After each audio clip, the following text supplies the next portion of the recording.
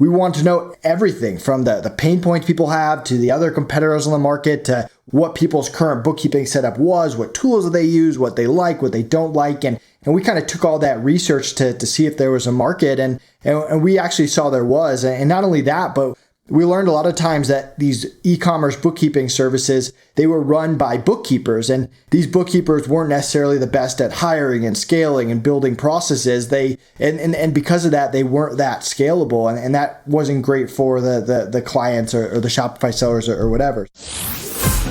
You're listening to E-commerce Fastlane, the podcast show to help you build, manage, grow, and scale a successful and thriving company. Powered by Shopify. Listen to real conversations with partners and subject matter experts as they share proven practical strategies, platforms, and the best Shopify apps to help you accelerate your business. The time is now for you to improve efficiencies, grow revenue, profit, and lifetime customer loyalty. Please welcome your host, startup founder, and strategic advisor, Steve Hutt. Today's episode is brought to you by Gorgeous, the leading customer service platform for Shopify e-commerce brands, helping merchants to unlock revenue and deliver exceptional customer service. By prioritizing customer engagement, brands can create deeper and more personalized experiences for their shoppers. With the rising costs of acquiring new customers, retention is the key focus for direct-to-consumer brands. Creating outstanding customer experiences shouldn't be costly or a burden for your customer support team. This is exactly why Gorgeous is so great. Gorgeous helps you improve your customer experiences by managing all of your communication channels from one dashboard. It provides you with the ability to customize messages and automate replies, giving Gorgeous users an unparalleled power to resolve customer inquiries quickly and personalized, which is why you need to improve your customer retention. Get started with Gorgeous today and start managing all of your communication channels from one platform that's designed to help you. Exclusive to my listeners is a 2-month free trial, so go check them out today at ecommercefastlane.com/gorgeous. Well, hey there, my name is Steve Hutt. I'm Senior Merchant Success Manager here at Shopify, and welcome back to the 5th season of E-commerce Fastlane. And whether this is your first time listening or you're a weekly subscriber, I do seriously appreciate the fact that you're taking time and you're listening to the show today. I know there's plenty of podcast choices out there in Shopify and e-commerce and direct-to-consumer marketing, and just the fact that you're here today means the world to me, and I know it definitely does to my featured guest. Now, if this is your first time listening, this is an e-commerce show. We have honest and transparent conversations about building and thriving with your store powered by Shopify or Shopify Plus. Now, if you're an ambitious lifelong learner, which you likely are since you're here today, you're definitely in the right place. New episodes are available twice weekly, and they're available through all your favorite podcast apps like Apple Podcast, Spotify, Google Podcasts, and more. We're also streaming live now on Amazon Music and on YouTube, so you can go check them out. I also highly recommend to get the full value of today's episode that you click through from your podcast app of choice and click on over to ecommercefastlane.com. because there you'll have the full show transcript, all the links, and all the resources that we mentioned on today's episode. On today's episode, my guest is Nathan Hirsch, who's the CEO and co-founder of a company called EcomBalance, and they're at EcomBalance.com. And what they are, it may not sound sexy, but they are a monthly bookkeeping service that helps e-commerce brands and marketplace sellers to basically master their finances. It's not necessarily the most sexiest topic, but it's a very necessary topic. And he has a very storied kind of entrepreneurial journey, and I think he's going to discuss a little about building a business, the entrepreneur mindset around it, exit strategies, and just planning your business and why he got involved in e-commerce right from the beginning, and just the whole flow of kind of where he is today. So, hi Nathan, welcome to E-commerce Fastlane. Steve, thanks so much for having me. Excited to be here. Absolutely. So, on a high level, EcomBalance, let's talk about that particular business first. I know there's multiple businesses that kind of lead up to EcomBalance, but let's talk about why should a Shopify founder who's listening today, why should they take notice about what EcomBalance is and the problems you're solving for brands today? Yeah, I mean, when you're a business owner, finances are the blood of your company, and you have to know what's going on. And at the same time, doing your own bookkeeping is not a good use of your time. I mean, your time should be spent on growing your business, sales, marketing, expansion, and most entrepreneurs that if they do their own bookkeeping end up just having to pay to get it redone later down the line. And you do need to have a good monthly bookkeeping process. It's something that I figured out a few years into my entrepreneur journey. And once I figured it out, it was a game changer. Every time that the month would end, by the 15th, I would get an income statement, balance sheet, cash flow. I'd be able to make decisions based on what the numbers are actually telling me, which helped me scale an 8-figure business. And down the line, if you ever want to get investment or a loan or financing or sell your business, you're going to need clean financials going back. So there's kind of two benefits. One, being able to make good monthly decisions based on what the numbers are telling you, not what your gut is or anything like that. And the second is opening you up to any kind of potential exit strategy down the line. Yeah, one thing I'd argue too that's interesting is that even though Shopify has a lot of analytics and a lot of the sales and revenue numbers, and yes, you can put cost of goods in there, and maybe we can finagle some numbers through a spreadsheet to figure out landed costs and cost of shipping and organize.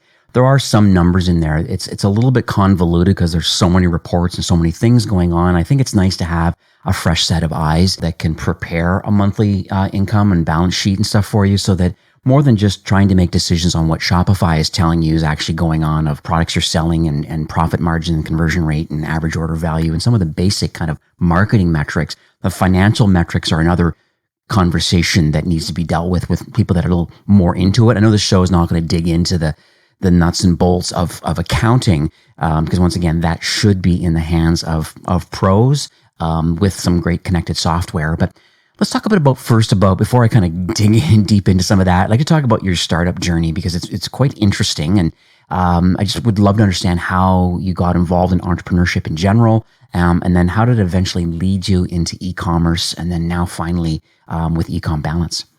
Yeah, so this all started when I was a 20-year-old college kid looking for extra side money. And I had some internships, some jobs.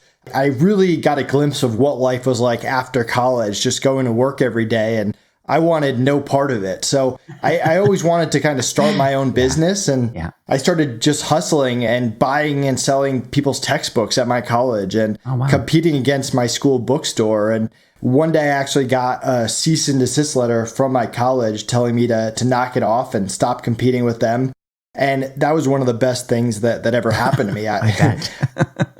I had this Amazon account that I was selling textbooks on, and I started experimenting selling other products and found the baby niche. If you can imagine me as a 20-year-old single college guy selling baby products on Amazon, that was me. And I got into drop shipping years before I even knew it was called drop shipping. I started building relationships with these manufacturers who didn't really know what e-commerce was, but they had products and they could ship things, and they would keep my credit card on file, and I would get the products to sell on Amazon and get them to ship it wherever I wanted and make the margin. And before I knew it, I was running a multi-million-dollar Amazon business out of my college dorm room. And I ended up hiring my business partner, Connor, who was my first employee in college at Quinnipiac. And he became my business partner. And we really struggled to hire other reliable college kids, which kind of led us into the VA freelancer space. But that's how I got started selling textbooks and eventually pivoting to baby products. Oh, so cool. I know we should maybe talk just briefly about getting involved in the VA industry. And ironically enough, I actually am a customer of your former startups. Making you just maybe a couple minutes and just set the stage a bit about, side hustling is one thing, and doing your thing and cutting your teeth a bit into commerce, but then why go into the VA industry and create a platform for that? Yeah, so the Amazon business was interesting. I think at the beginning, we thought we were going to take down Amazon and be the next big e-commerce thing. And we never really built our own product or our own brand. Right, we were very reliant on other people's brands. And there were a lot of highs. I mean, I think we peaked out at around $7 million a year, but Amazon became more competitive. They started changing their algorithm. There started to be courses and coaches and people opening up Amazon stores. And we kind of saw the writing on the wall that we weren't going to be able to drop ship forever. And at the same time, we had all these really good VAs and freelancers. We had spent years developing this great hiring process, and they weren't all full-time. Some of them were seasonal. And we started networking with other Amazon sellers, because before that, there wasn't any kind of Amazon community or e-commerce community. And so as we were networking, people told us about their hiring needs, which we had already figured out. And we started to lease out these VAs and freelancers to other people with the mentality that we would vet people before we would add them to our network, and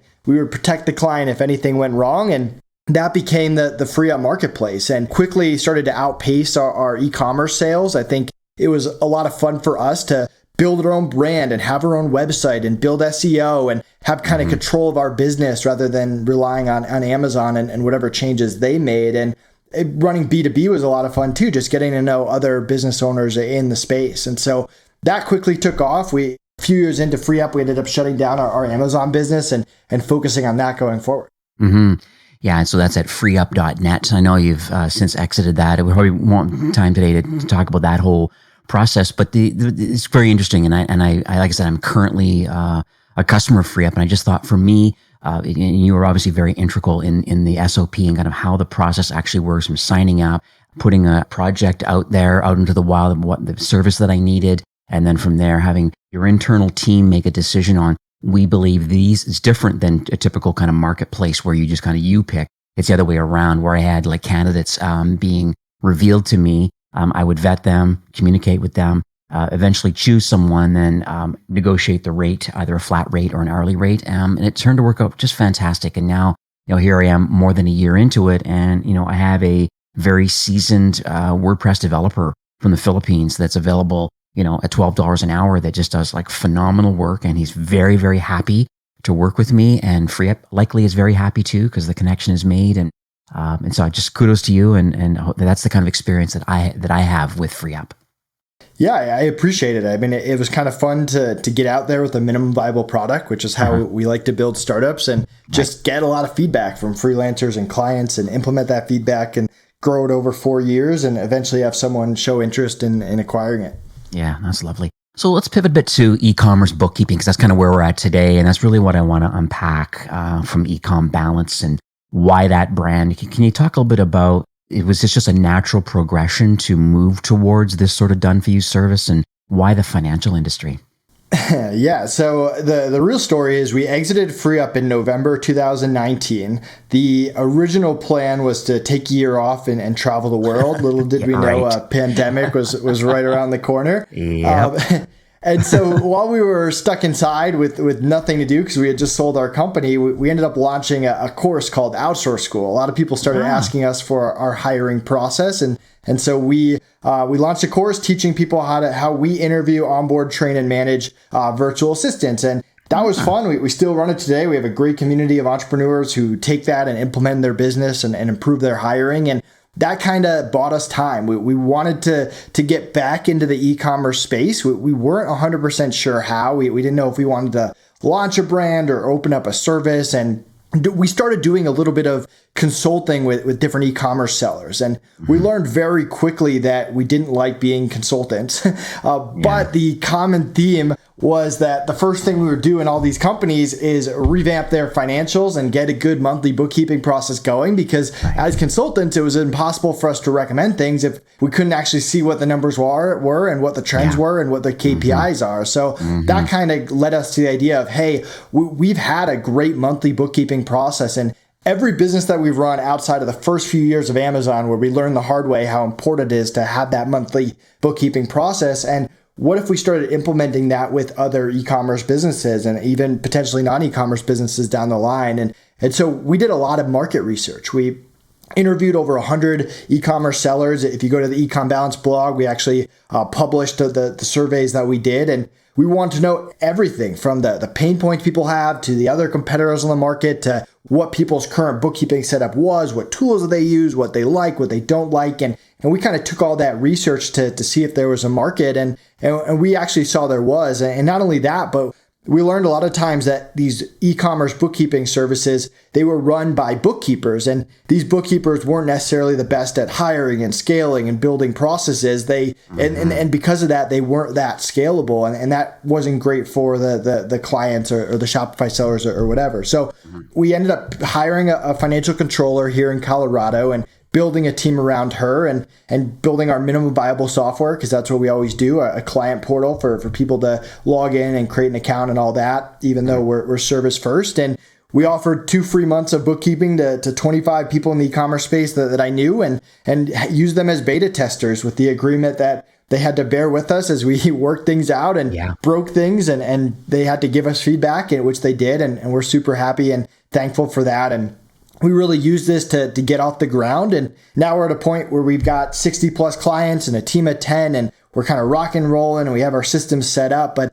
that's kind of how the whole thing came about. Yeah, it's a cool story. I know we were kind of chatting in the green room kind of just before recording. And what's interesting is I read, and I believe you read a book, and I think you're aligned with Joe Valley. But he, and I think you read this book also, but the Extrapreneur's Playbook. And we just chit-chat. I want to share with the audience right now that it's so interesting how Joe Valley, and you're in alignment with this, I believe, is that, it really is about financial hygiene and just having things prepared and thinking for, if you later on you ever want to sell your business, it's just like, how do you, and he calls it like, how do you reverse engineer your pathway to success? Meaning, from a financial perspective, there's quite a bit of due diligence that's required when you've matured your e-commerce brand to be ready for an exit. It's more than just, hey, we have suppliers, we have profit, we have a cost of goods, we know what our CAC is and our LTV, and we've got all these other marketing things all dialed in. But maybe you can tell the audience a little bit about maybe the benefits of having really tight financials and what that means for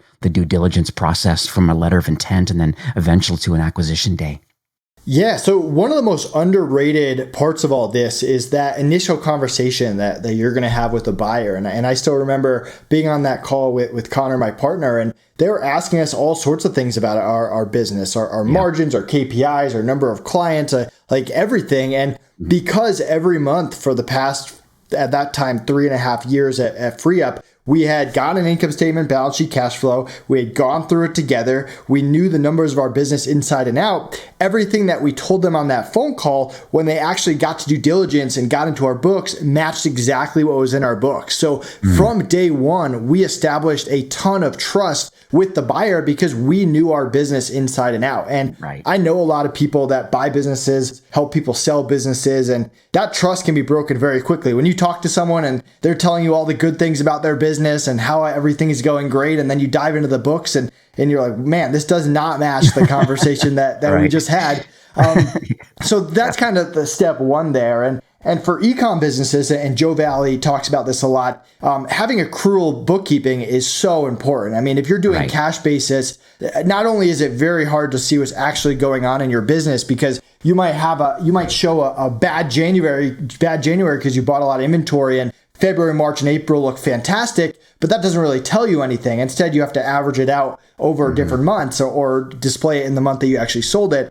And so if you really want to know what's going on in your business and make decisions or get a high multiple, which Joe Valley talks about a lot, your business needs to be in accrual. And that's just a few ways. I mean, there's other things like deductions. We live in the era of conferences and masterminds, and these are all things that you can actually deduct because the new buyer of your company doesn't need to do those things in order to actually run the business. So having a bookkeeper that's actually able to categorize things correctly and knows e-commerce is going to help you get that multiple down the line.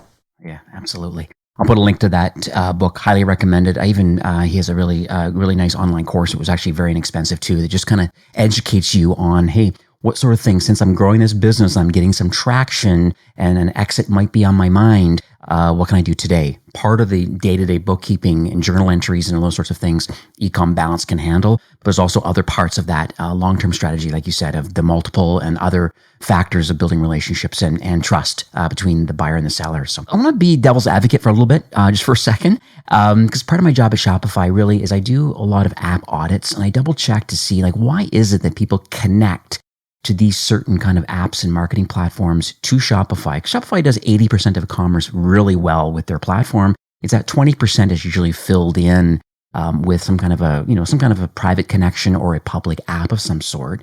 And I know if we go into the app store, like, there's QuickBooks Online, there's Xero. I think there's quite a few others. Even Shopify now has a global kind of ERP program, this enterprise resource planning for NetSuite and SAP and Dynamics. And anyways, the list goes on. There's quite an interesting, a lot of enterprise connections available through apps that are made by those companies. But then most brands are either already using QuickBooks or Xero. Maybe you can talk a little bit about EcomBalance as it relates to having to use these apps or these platforms, or is there another solution that you have and use, and just want to understand some of the processes? Yeah, so in every business that we've run, we've used either QuickBooks Online or Xero. And I mean, we live in 2022. There's a lot of remote businesses. If you're using QuickBooks Desktop, you got to switch to QuickBooks Online unless you really are having a bookkeeper come into your office every single day. So to me, those are the defaults. Nothing against like NetSuite. Usually that's better if you're just some huge company. But for most people, QuickBooks and Xero is a way to go. And if you're using one of the free accounting softwares out there, they're free for a reason. And if you're really serious about scaling your business, eventually you're going to have to switch to QuickBooks or Xero, and you might as well just get on them from day one. That's kind of my overall thought. And people will disagree what they like, QuickBooks or Xero.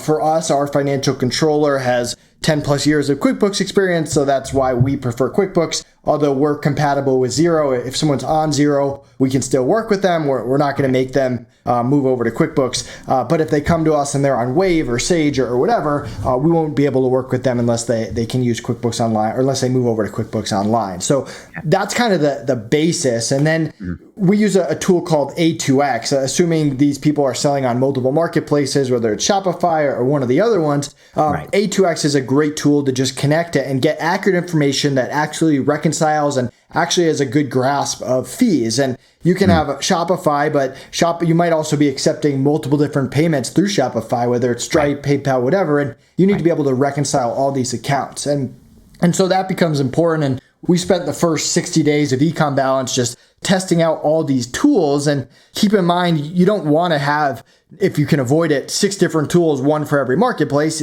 Ideally, you want one tool that just works on every marketplace. So that and just the accuracy and the lack of bugs and all that is a few reasons why A2X is key. But that's kind of the basic setup that if you're an e-commerce business, you should have. Thanks for supporting our incredible sponsor, Gorgeous, the leading customer service platform for Shopify brands. They help customer success teams fulfill a promise of delightful customer experiences. This leads to higher customer retention and brand loyalty for your Shopify store. Now, don't forget to click the link in the show notes. You get an exclusive 2-month free trial of Gorgeous, or you can head on over to ecommercefastlane.com/gorgeous. And the one thing that makes me think about too, internationalization is on a lot of brands' minds. So with this A2Xaccounting.com, I guess that's the connected tissue, I guess, so to speak, between Shopify and a lot of these marketplaces and stuff like that. Does EcomBalance, because you work with A2X and then your preferred is QuickBooks Online, is there any challenges of the internationalization, meaning the currency and the currency conversion, or any other kind of local payment methods that are very unique, like outside of what, PayPal and Stripe, Shopify payments, this sort of thing? There's lots of other interesting local currency options in local markets. Do you have much experience with that? And is there some long-term potential of being able to reconcile and understand and bring it all back to a default kind of American currency if the brand is truly American with mind and management? Yeah, absolutely. I mean, the good thing for us, like, we don't do tax, so we'll work with your own CPA, your own tax person, but that allows us to work with clients all over the world because bookkeeping is bookkeeping. As long as it's generally accepted accounting principles, we have clients in Canada and Mexico and Japan, wherever, and bookkeeping is bookkeeping, like I said. And yes, there's some differences. I mean, currency is obviously a big one, but there's solutions for all of that. And I mean, some of the bigger things are some banks in other countries don't allow view-only access the same way that the U.S. banks do. So there's some small things that you have to get over. But if you're a seller and you're selling internationally, you want segmented bookkeeping where you know how your Amazon Europe or your Shopify in Japan or whatever it is compares to U.S. Because you want to know if you're spending your time on the right places. You'll see people who will have 5 products, but they're losing money on 4 of them and making money on one and wasting a lot of time on the others because they don't have segmented bookkeeping and don't realize that. Well, the same thing applies to other platforms. You want to make sure that you're actually spending time on areas that make sense and doubling down on areas that are doing very well. So having a bookkeeper that can handle those marketplaces is incredibly important. I'd also add too about the tax compliance side. We don't want to go down that crazy rabbit hole, but I think Stripe owns a company called TaxJar at taxjar.com. So that would be interesting. Being Stripe is connected to Shopify payments. So most people listening today are likely on Shopify payments, and Shop Pay installments is through our connection with Affirm. But there's also Avalara. So there's another company. I'll put these in the show notes. So taxjar.com or Avalara.com are usually the two ones.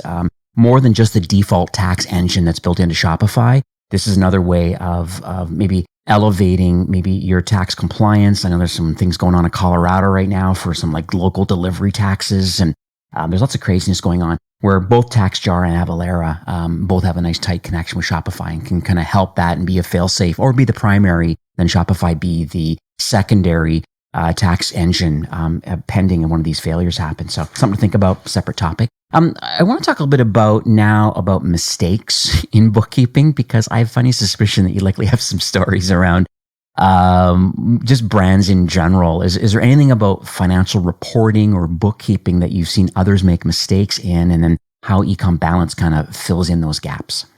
Yeah, I mean, two of the biggest things are like top line in the income statement. A lot of people will put whatever the net deposit is from your bank account, whether it's from Shopify or Amazon or wherever it is, they'll put that as a top line of their income statement, which is not correct. There's sales, and then there's different fees and returns and refunds, and before you get into the actual net. And that's a common mistake that bookkeepers will make if they don't understand e-commerce. And the last piece, or the second biggest piece, is cost of goods sold. And we kind of talked about that when it comes to accrual, and A2X solves a lot of that, but you need a good way to account for that. And number three is just segmented bookkeeping. If you're selling multiple products, you want to be able to see how each of those products are doing so you can make informed, intelligent decisions. And those are the big three that you should be focused on. And if you're interviewing a bookkeeper and you're trying to find out whether they're going to be able to work with your e-com business, those are three things that I would target. Okay, lovely. I want to pivot to a story now, because I think it's interesting to understand, I guess, the mindset and the journey of a brand. And those listening today can maybe put themselves in their shoes and saying, I have the same kind of challenges, or I haven't thought about the bookkeeping side of it, or the financial hygiene of having things accurate and ready for a potential future exit, and just better overall accounting practices and principles. So hopefully I don't put you on the spot here, but it'd be great if I could maybe share a story of a current customer you have right now, kind of what happened kind of pre getting involved with EcomBalance, and then using your services now as a current customer, and then what does that mean for their business, knowing that you're taking care of that sort of lift in their business? Yeah, sure. I mean, it's funny because Greek House was kind of in the same way that we used to do it from our Amazon business. We would kind of make decisions based on the money we saw going in our bank account, based on some analytics software. But then we would just wait till the end of the year, dump everything on our account. He would spend 2 months going through it all, file our taxes, and we would repeat it to the next year. And to make things more complicated, I mean, they have a business where there's a lot of royalties. They're working with multiple manufacturers. It's print on demand. So there's might be 3 or 4 different touch points before a product's actually made and sent to the customer. They have net payment terms with different vendors, which makes accrual even more important, and they have numbers coming in from different directions. So we spent a few months actually going through it and getting everything backdated, done for 2021, because you have to catch up previous books before you can go forward. And we finally got them on a good monthly process where the month ends, by the 15th of the month, they get a report because they have these different manufacturers. Sometimes you have to do it by quarter, where each quarter will go through and update it. So they're getting preliminary reports every 15th and then updated at the end of every quarter. I would say most clients are not like that. They're a little bit bigger and a little bit unique. But more importantly, we're able to get them on a monthly bookkeeping cycle for them to actually make decisions and see how the business is doing. And once we did that, we're actually able to help them project out cash over the next 16 weeks. So they run a very seasonal business. They don't want to have to fire everyone every summer when they're in the slow times. So they need to be able to know how much cash they're going to have on hand, whether that allows them to get financing or it allows them to renegotiate terms with their vendors or whatever it is. They need to have that information with time to spare, not wake up one day and realize they don't have enough money to pay people over the next 2 months. Right. So one thing that's interesting about EcomBalance is that as I kind of prepped just before recording today, and I noticed that you have a really neat workflow, and I think this is all part of the free up learnings and mindset along the way. But can you talk a bit about how you price the product, and then what can people expect as part of an onboarding and kind of like quarterly or bi-monthly kind of touch points? Like what is going to happen along the way? I just want people to get their mind set around, hey, you're right, I shouldn't do the bookkeeping myself. I have QuickBooks Online already. I'm hacking it myself, but I'm not sure if it's correct. Someone hires your firm at EcomBalance, like what can they expect to happen? Yeah, so I talked about those 2025 beta clients, and they really helped us come up with the process we have now. So right now, if people are interested, they can go to EcomBalance.com. If they mention this podcast, they get 2 free months of bookkeeping. So make sure you do that when you create an account. Create an account takes 2 seconds. You fill out our pricing form, which gives us some basic information about your business, and you send us access to your current books, which we provide instructions on how to do. So if you have QuickBooks or have Xero or have it in a different software, we've got easy instructions no matter what it is, and you send it to us and you give us a day and we go through it and we send you over a quote. That quote is usually 2 things, a fixed price for any kind of setup, catch-up, cleanup work, depending on how far back or how caught up your books are, and then a monthly price going forward. And if you go to EcomBalance.com/pricing, you can see starting points depending on sizes, but it really comes down to how many transactions you have, how many marketplaces you sell on, how many different accounts and processors you have. So get a quote from us, assuming we're happy to talk to you about it and you agree to it. Then comes integration. Our goal is to get access to as many of your bank's credit cards processors as possible. View-only access, we can't move the money around, but the goal of this is to make it so we don't have to ask you for things in the future. We don't want to have to reach out every month for statements. We want to just get all the access up front and then be able to hit the ground running. And from there, it's a kickoff call with our team, optional, to go through your business and really get to know it. And then we get started on the catch-up cleanup work. Once we're good there, we start doing the monthly books going forward. And we charge you on the 1st. You get your books by the 15th. We're happy to answer any questions or go over it with you if needed. And our goal is to get it to where you really understand your numbers and can make good decisions each month. And then what happens, I guess, for year end and kind of the quote unquote notice to reader at the end of the year? What sort of service do you offer there? Yeah, so as part of the integration process, we're going to get the contact information of your CPA or your tax person, and we'll be in communication with them. And since we're doing it monthly, once we get to the end of the year, we have everything for the entire year. So we will pass it over to them if they need any tweaks or changes or anything like that. We definitely depend on them for the tax side of it, but those are usually pretty easy, and we're turning over the books. And the whole goal is to make tax season less stressful, because by January, we're going to have the previous year done, and your CPA is going to get it well ahead of time. If any changes needed, we have plenty of time to do that, and your CPA can file your taxes, and that's going to save you money too, because a CPA is way more expensive than a bookkeeper. So anything we can do to reduce his time spent on your books is going to help you out. Absolutely. So let's talk about the future for EcomBalance. You said I guess we're in your second year now. You had your 25 first beta, and now I guess you're in your second year or into your third year. No, not second year. We're only 6 months old. Oh, you're only 6 months into it now. So let's talk a little bit about the future. Like where do you see the business going? I mean, obviously we're in just shy of Q4 right now of 2022. Just like to understand maybe where you're at today and where you believe the brand is headed to help these Shopify brands. Yeah, so we've got about 60 clients now. Our goal is to break 100 before the end of the year. And I mean, when we sold FreeUp, we had about 1,000 clients. So our goal is to get past that. FreeUp was doing $12 million a year by the time we sold it. And so anytime we build a company, we want to make it bigger than the previous one. So that's some long-term goals. We probably will add a tax component at some point. We might add a CFO component at some point. But we definitely want to make sure that we stay focused on the monthly bookkeeping. I think from our market research, a lot of times when these bookkeeping services start adding all this other stuff, what really starts to lack is the monthly bookkeeping, which to me is the core of everything. So we want to make sure we get that down. And we don't necessarily have plans to sell the business. We never really had plans to sell FreeUp, to be honest. We got approached by one of our clients that ended up making us a good offer, and we really liked them. And I mean, we build our companies to be sellable in the sense that there's good people, good systems, good processes. We know our financials, and that's the same regardless. But we really like this industry. We want to be a part of it. We love the team that we've built and the clients that we have, and we're excited for the next few years.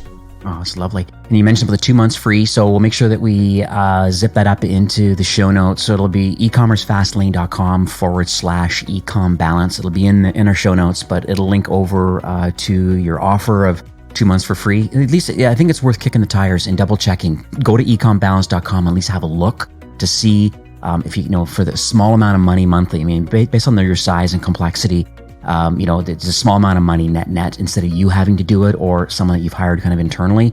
Wearing another hat, you have someone that's kind of in their day-to-day, and this is what they're used to doing. And if you're a QuickBooks Online or Xero customer, it makes it pretty seamless because you're already connected. Your store is already connected to your instance.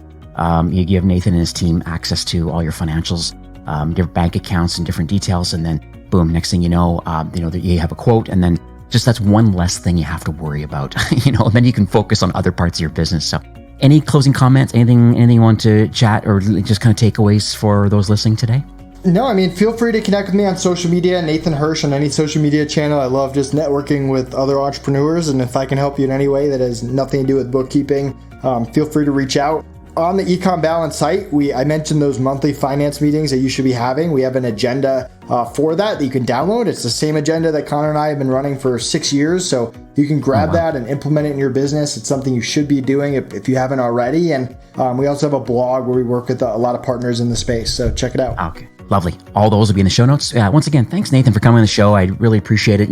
One thing all this already, but the fact that Shopify really is on a mission to make commerce better for everyone. And, I say this a lot, but I feel it's interesting, our conversation today, because I believe you're also really are in tight alignment. You really do want to help Shopify power brands to improve some efficiencies and take some of the load off their shoulders of having to deal with the bookkeeping and the financial side of the business. They can focus on more other impactful, higher value tasks and stuff. So just wanted to thank you for getting on the show, sharing your knowledge and your vision, and just giving back to the ecosystem. I appreciate it. Thanks so much for having me, and I'll sure be in touch for other things in the future. All right, sounds good. Have a great afternoon. You too. Well, that's it for today's episode. I'd like to thank you personally for being a loyal listener of E-commerce Fastlane. It's my hope that this podcast is offering you a ton of value through growth strategies, tactics, and exclusive insider tips on the best Shopify apps and marketing platforms, all with my personal goal to help you build, manage, grow, and scale a successful and thriving company powered by Shopify. Thanks for investing some time today and listening to the show. I'm so proud and excited that you have a growth mindset and are a constant learner. I truly appreciate you and your entrepreneurial journey. Enjoy the rest of the week and keep thriving with Shopify.